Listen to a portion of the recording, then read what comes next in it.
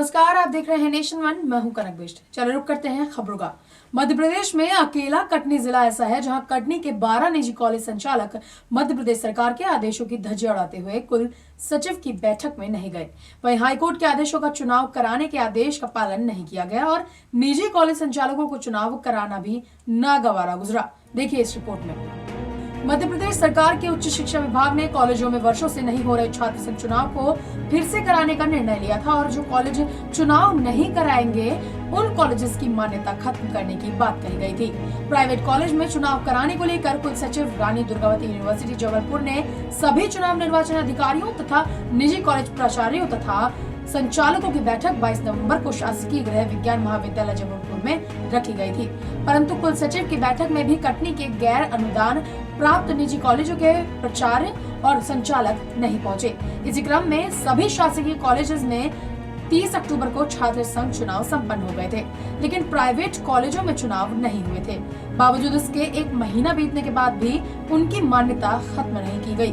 वहीं पूर्व में छात्र संघ चुनाव के संबंध में बैठक लेने 26 नवंबर को चुनाव के एक दिन पूर्व आए छात्र संघ चुनाव के निर्वाचन अधिकारी प्रोफेसर नीलकंठ पेंट से रजिस्ट्रार रानी दुर्गावती विश्वविद्यालय से मीडिया ने पूछा था कि निजी कॉलेज यदि 27 नवंबर को चुनाव नहीं कराते तो क्या मान्यता खत्म कर देंगे, तो उन्होंने इसको भविष्य की बात कहकर टाल दिया।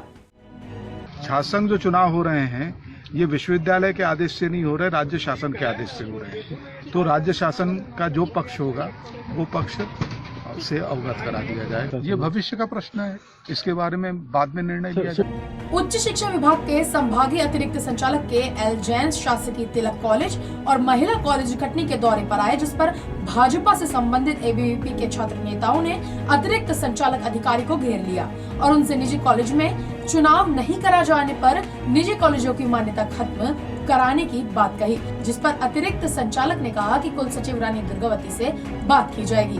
फिलहाल पूरे मामले को देखते हुए एनएसयूआई और एबीवीपी के छात्र नेताओं में काफी रोष है।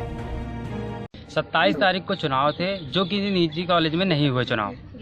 वहाँ पे हम लोग नामांकन भरने गए थे निजी कॉलेजों में, तो वहाँ पे बताया गया कि चुनाव जो प्रभारी थे वो नहीं पहुँचे और हमें नामांकन भरने नहीं दिया गया। तिलक महाविद्यालय के प्रचार और निजी कॉलेज के प्रचारों की मिली भगत से चुनाव नहीं कराए गए हैं। इसीलिए हम लोगों ने कल एडी साहब को घेरा, जिसमें हम लोगों ने उनसे बात की चुनाव को लेकर। उसमें हमने पूछा कि चुनाव की आगे की प्रतिक्रिया क्यों नहीं की गई, और हम लोगों ने कहा कि चुनाव इन्होंने नहीं कराया है तो उनकी मान्यता कब रद्द होगी। उससे चर्चा करते हुए हमने उनसे प्रचार महोदय के खिलाफ कार्रवाई करने के लिए भी मांग किया। 27 नवंबर को माननीय हाई कोर्ट के निर्देशानुसार मध्य प्रदेश शासन द्वारा सभी प्राइवेट महाविद्यालयों में एनएसयूआई के लगाई हुई याचिका के ऊपर छात्र संघ चुनाव कराने के निर्देश दिए थे, पर कटनी जिले के तमाम 12 निजी महाविद्यालय, जो कि 8 निजी महाविद्यालय भारतीय जनता पार्टी के जनप्रतिनिधियों की, उन लोगों ने शासन के नियमों की, हाई कोर्ट के आदेश की धज्जियां उड़ाते हुए अपने कॉलेजों में चुनाव नहीं कराए। एनएसयूआई शुरुआती दिन से कॉलेजों की मान्यता ही रद्द करने को लेकर बात करती आ रही है। मान्यता रद्द करने को लेकर हमने जबलपुर में भी ज्ञापन एनएसयूआई ने दिया, कटनी में भी जो छात्र संघ चुनाव की टीम आई उनको भी हमने ज्ञापन दिया। इसमें कहीं ना कहीं भारतीय जनता पार्टी कॉलेज के संचालकों को बचाने का प्रयास कर रही है। इसमें पूरी तरीके से तिलक कॉलेज के जो प्राचार्य हैं, जो चुनाव अधिकारी थे, वो भी दोषी हैं। पूरे 12 निजी महाविद्यालयों के जो प्राचार्य हैं वो भी दोषी हैं।